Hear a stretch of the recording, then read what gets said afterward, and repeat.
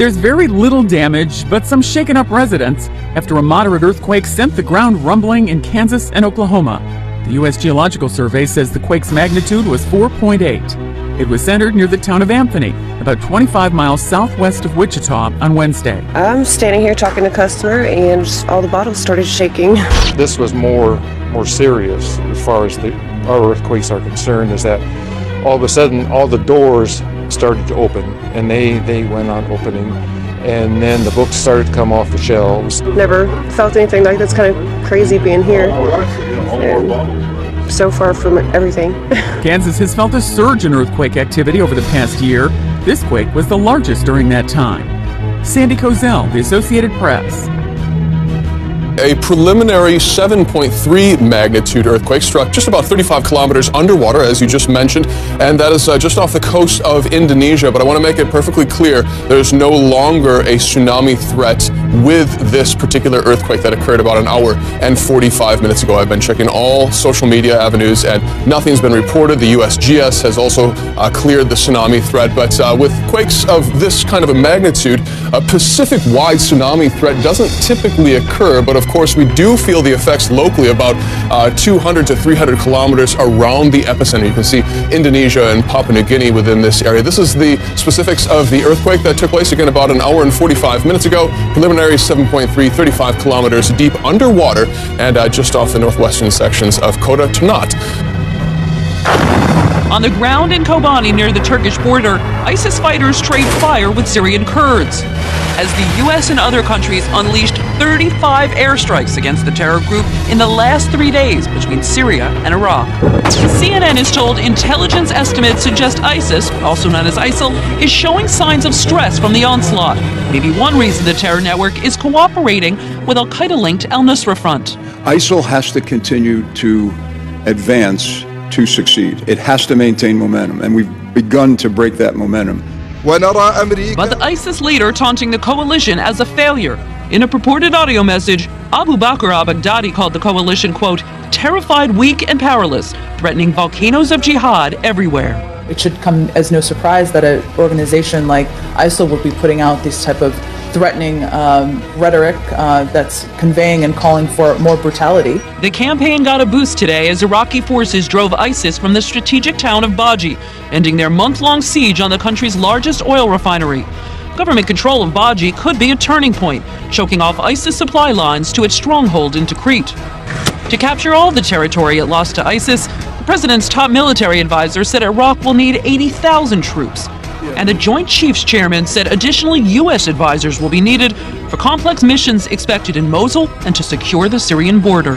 I'm not predicting at this point that I would recommend that those forces in Mosul and along the border would need to be accompanied by U.S. forces, but we're certainly considering it. For just the third time, the U.S. went after the Al-Qaeda-linked Khorasan group, believed to be the biggest threat to the U.S., hitting them near Aleppo.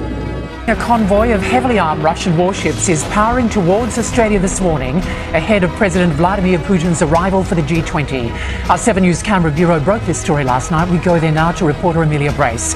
Amelia, what message is the Russian president trying to send? Well, it's certainly a blunt message, Anne, and this is seen as an act of defiance directed not just at Australia but towards the West. And it's also a reminder that Russia's still a big player when it comes to global affairs. But locally, of course, the focus is on those warships, which are considered a response to the Prime Minister's shirt-front threat against Vladimir Putin. This morning, the fleet is sitting in the Coral Sea just outside Australian waters. Now, our Navy has been monitoring its movements for about a week and has now sent 2 frigates to shadow the vessels. Defence says there's no concern while they stay in international waters, but the big question is whether the Russians will seek port access.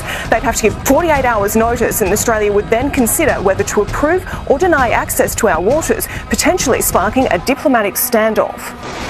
We see the Russians going back to an earlier era of really Cold War hostility rather than looking to the future, which is increasingly one of international trade and countries operating across boundaries. So I think it's actually a public relations problem for President Putin. It's really about politics within Russia. It's about President Putin making a statement back home.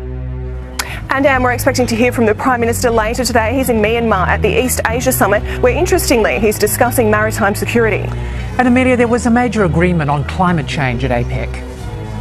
And this is an historic agreement between the US and China where they're both committing to ambitious reductions in carbon emissions. These are the two biggest emitters in the world, and they'll also both be present at the G20, where global warming, of course, isn't on the agenda. Australia is now left totally on the sidelines here, looking like we are just a quarry as the rest of the world moves on, and that is really the damage that Tony Abbott is inflicting.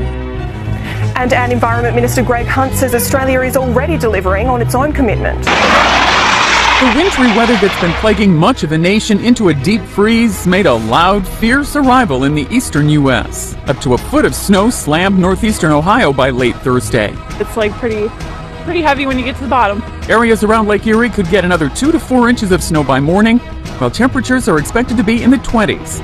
The weather backed up traffic for hours along Interstate 90 as vehicles got stuck or slid off the road. It's so bad on the interstate. There's traffic for miles. It took me an hour and a half to get home from downtown. Record snowfall created havoc on the roads for drivers in northern Indiana. South Bend got more than 6 inches of snow by 1 p.m. on Thursday, setting a new daily record for that city. Driving was especially difficult on the Indiana toll road.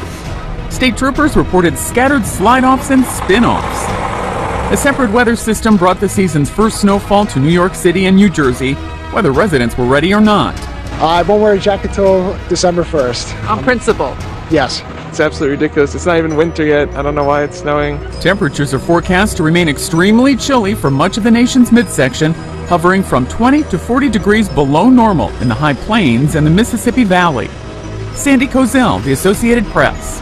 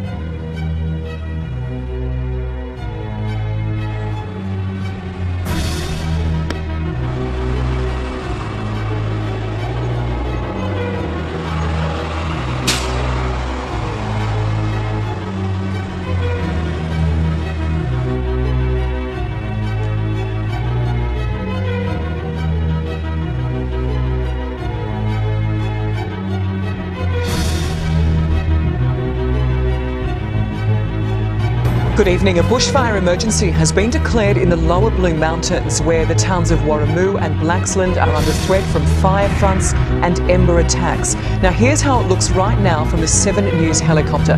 Aerial water bombing is underway and dozens of rural fire crews are on the ground. In one street, residents have been warned to leave their houses, while earlier 2 schools took emergency action to protect their young students.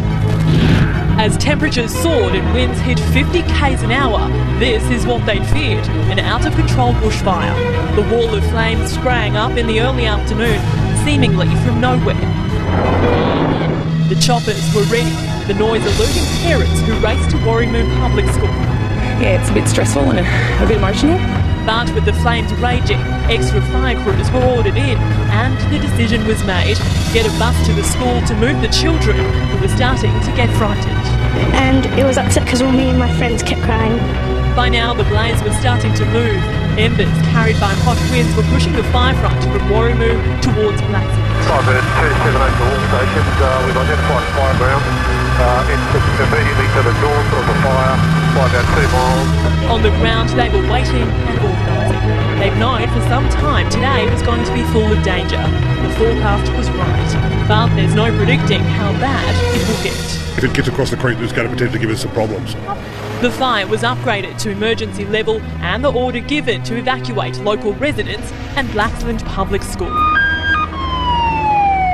As the fire trucks rolled onto the school grounds, parents and children quickly left. Buses were brought in to make sure everyone got out. Were you scared, you like? It's now believed the fire might have been sparked by a common cause: power lines. When we arrived, we found a large area of bush light under high tension power lines. Because the fire's in such difficult terrain, water bombing is the best option. Percent humidity or winds 4 kilometres, gusting to 7. And while a cool change is on the way, there are fears it will bring new dangers. Well, Mel, the fire has now grown to 90 hectares in size, and I can tell you there are now 200 firefighters here on the ground. There are also dozens of crews from the Rural Fire Service. They have set themselves up on the south side of the Great Western Highway, and they are behind homes like the crew that you can see behind me. They're ready to protect those homes in case the fire changes direction. Everyone who's had to evacuate their homes, Mel, has already done so, but I can tell you there are many, many people that we have spoken to that have stayed behind and are willing to protect their homes if the fire direction does change. So between the firefighters, the water bombing helicopters, the air cranes and the local residents, well, everyone is doing everything they can to control this blaze. But Mel, the real fear will be if that wind direction changes. Absolutely. All right, Sam, thanks so much. We'll come back to you in a little bit from now. The danger tonight remains in the Warramoo area where the blaze started and in neighbouring Blaxland where residents around Baden Place were earlier warned to leave. Rural Fire Service Deputy Commissioner Rob Rogers is with us. And Rob, where are we at right now? Good evening, Mel. Well, look, the situation as we speak is that fire has slowed down intensity a little bit. The wind has died down, but it is still approaching properties in Blaxland. Firefighters from RFS and Fire Rescue have done a great job this afternoon. There's been a lot of spot fires in people's yard and even over the highway that they've quickly suppressed. So they've done some great work and they're still there in those residences and will be there for several hours tonight. I can also advise you that the Great Western Highway and the train line will be reopened imminently to try and get some of that traffic congestion through because there's a lot of people trying to get home. So police will be slowing the speed down, but obviously it is lucky that that road will be reopened. But as you spoke about, the real danger will be later on tonight when that southerly change comes through with winds gusting up to 50 kilometres an hour, pushing that fire back towards the Warramoo area. Yeah, Rob, it seems to have come out of nowhere. Were you surprised by its size and speed? Well, look, we did see it originally start, and it was fairly small in size, but it's in totally inaccessible area, and our only choice with that fire was water bombing. So I guess that's the difficulty when you can't get firefighters to the fire, it will grow like that, and so we've been quite frustrated with not being able to get to the actual fire. So I think that's unfortunately the circumstance. As far as the fire starting, it is fire season, and unfortunately the poor people in the Blue Mountains have really copped it over the last couple of years.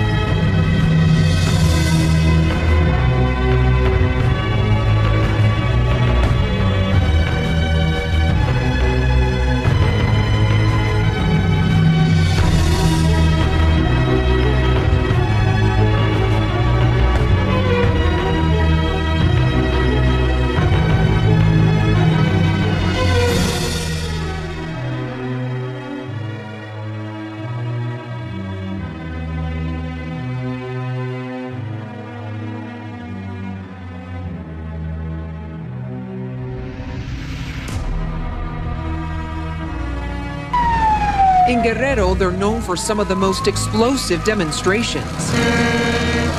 The fire department has just arrived, but guess what? Not only are the cars burning, but the inside of the building is also burning. All this in support of the search for 43 missing students. Lunging at police. A CNN camera catches protesters taking an officer captive during a tug-of-war over a bridge. He was later released. The protesters are members of a teachers' union from all over the southern Mexican state of Guerrero. When night falls, a stark contrast. Se mantenga así como hemos venido. Soft-spoken people enjoying time with friends and family. The protesters granted CNN rare access inside their tent city in the main square of Guerrero's capital. They shut down City Hall and moved in days after the 43 students went missing. It's been more than a month. How many teachers are there? Una estimación de 5,000. 5,000. The announcement more than a week ago by Mexico's Attorney General that 3 drug gang members confessed to killing the students only made the protesters more angry. To date, no DNA evidence has been presented. He says that they feel the pain that the parents of these missing students are feeling. Little sleep happens here. Teachers take turns guarding their makeshift homes at night and protesting during the day.